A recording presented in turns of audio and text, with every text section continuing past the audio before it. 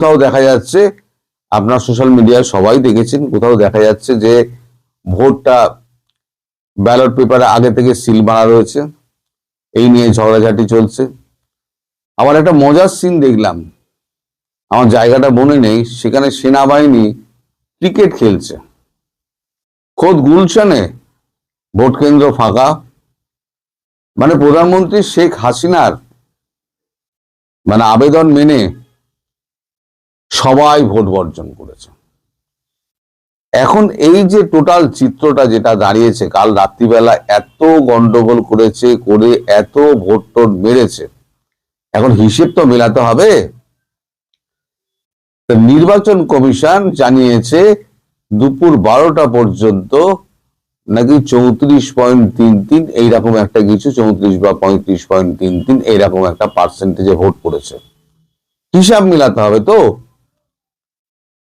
এখন এই যে অবস্থাটা কাল রাত্রির থেকে চলছে, তার ফলে বিএনপি এখন প্রচন্ড ক্ষিপ্ত।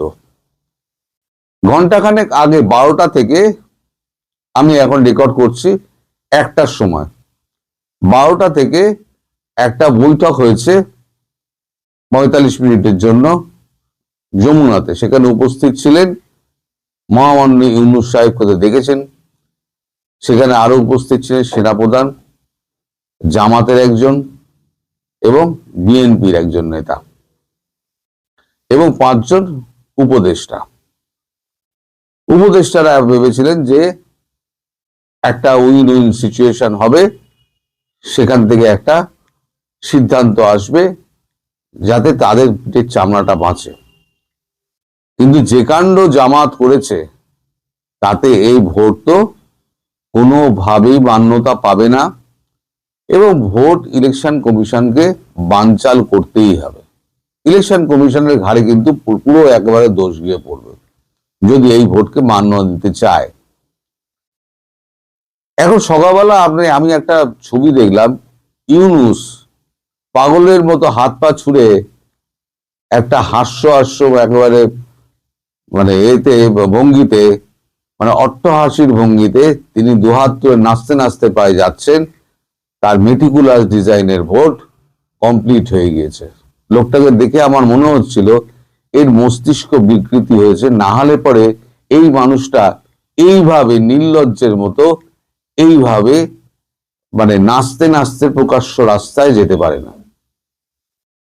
এনসিপির যে নেতারা আছে, সেই নেতারা কোথাও ধাওয়া খেয়েছেন, কোথাও ধরা পড়েছেন। জামাত প্রচুর মার খেয়েছে, বিএনপি আর জামাতে প্রচুর ছাপটাছাপটি হয়েছে, পাল্টাপাল্টি উল্টোটাও হয়েছে। সব মিলে কাল রাত্রির থেকে আজকে সকাল পর্যন্ত যে চিত্র দেখা গেল, তাতে পৃথিবীর কোনো নির্বাচন এইরকম অন্তত আমরা দেখিনি।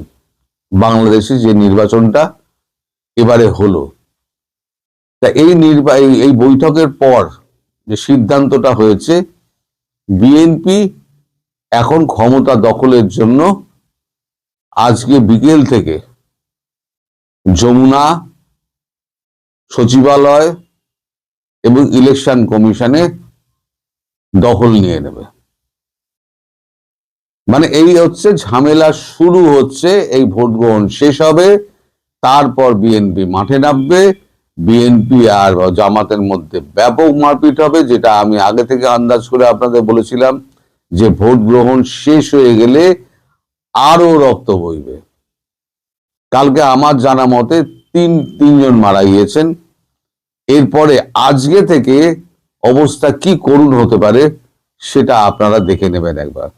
তবে যখন বিএনপি সিদ্ধান্ত নিয়েছে যমুনার দখল নেবে, সচিবালয়ের দখল নেবে, ইলেকশন কমিশনের দখল নেবে, দখল নিয়ে তারা রাষ্ট্র শাসন করবে এবং তারা এই ভোটকে অবৈধ ঘোষণা করে হয় এই ভোটকে ভোট থেকে বেরিয়ে আসবে, অবৈধ বলে বেরিয়ে আসবে, তার ভোট বানচাল হলো, আর একটা ইলেকশন হবে। আর যদি তা না হয় তাহলে পরে দাঙ্গা হাঙ্গামা করে একটা পুরো অচল করে দেওয়া হবে। মোটামুটি বাংলাদেশে যে স্থিতিশীলতার আশা করা গিয়েছিল, আমাদের কাগজগুলো যেগুলো লিখছিল, এখান থেকে যারা গিয়েছিলেন যে সমস্ত প্রতিনিধি, তারা যেগুলো লিখছিলেন আর আমি যেটা বলছিলাম, তাদের মানে আশা আর আমার আগাম বার্তা দুটোর মধ্যে আকাশ পাতাল তফাৎ। আলটিমেটলি আমি যেটা বলেছিলাম সেটাই হতে যাচ্ছে। ভোটটা বানচাল হবে এবং বিএনপির সঙ্গে জামাতের ব্যাপক সংঘর্ষ হবে। এই সংঘর্ষে এই ভোটটা বানচাল হতে বাধ্য। আর যেভাবে সোশ্যাল মিডিয়ায় এই ভোট সম্পর্কে যত ছবি বেরিয়েছে, সেই ছবি যখন অন্যের হাতে গিয়ে পৌঁছাবে, অন্য যে সমস্ত এজেন্সিগুলোর হাতে গিয়ে পৌঁছবে, দেশের হাতে গিয়ে পৌঁছবে, তারা কি মনে করেন এই ভোটকে তারা মান্যতা দেবেন? প্রশ্ন এখানেই। মান্যতা কেউ দেবে না। সব থেকে বড় কথা হচ্ছে, গতকাল রাতে ইউএস এবং ভারত যখন এই ভোটের যখন এই খেলা রাত্রিবেলা চলছে, তখনই এই ভোট বয়কটের সিদ্ধান্ত নিয়েছে। সরকারিভাবে এই সিদ্ধান্ত জানিয়ে দেওয়া হয়েছে যে এই ভোট আমরা মানছি না। এইবার আসবে ইউরোপিয়ান কমিশন, ইউরোপীয় দেশগুলো। রাশিয়া বলে দিয়েছে আমরা দর্শক হয়ে বসে থাকবো না। চীন আগে থেকে হাত সাফাই করে দিয়েছে। চীনের কালকে একটা ভিডিও আমি দেখিয়েছি, যখন লাইভ অনুষ্ঠান হচ্ছে তখন আমি একটা খবর দেখিয়েছি। তারা চীন বলেছে যে বাংলাদেশ ইস্যুতে আমরা ভারতের সঙ্গে আছি, কোনো শত্রুতার মধ্যে আমরা নেই। অর্থাৎ ভারতবর্ষ যেটা চাইছিল ইনক্লুসিভ নির্বাচন, সেই ইনক্লুসিভ নির্বাচনের দিকেই যেতে হবে। এছাড়া বাংলাদেশে কোনো ভোট মানে গ্রহণযোগ্য হবে না, এটা নিশ্চিত। আর যখন বিএনপি আজকে বিকেল থেকে যখন সমস্ত জায়গা দখল নেবে, তখন দেখবেন একটা অগ্নিগর্ভ পরিস্থিতি সৃষ্টি হবে, জামাত ভার্সেস বিএনপি। সব ভোট কেন্দ্র তো খালি, ভোট তো পড়ে গেছে রাতে। তাহলে পরে 12টা অবধি যদি ভোট কেন্দ্র খালি থাকে, তাহলে 34-35% ভোট 12টা অবধি হয় কি করে? আসলে সেই যে আমি বলেছিলাম না, 53 থেকে 55% ভোট দেখানো হবে, বাকি আওয়ামী লীগ ভোট দেয়নি, ওই হিসেবটা মেলানোর জন্য এখন থেকে ইলেকশন কমিশন এটাকে বাড়াতে শুরু করে দিয়েছে।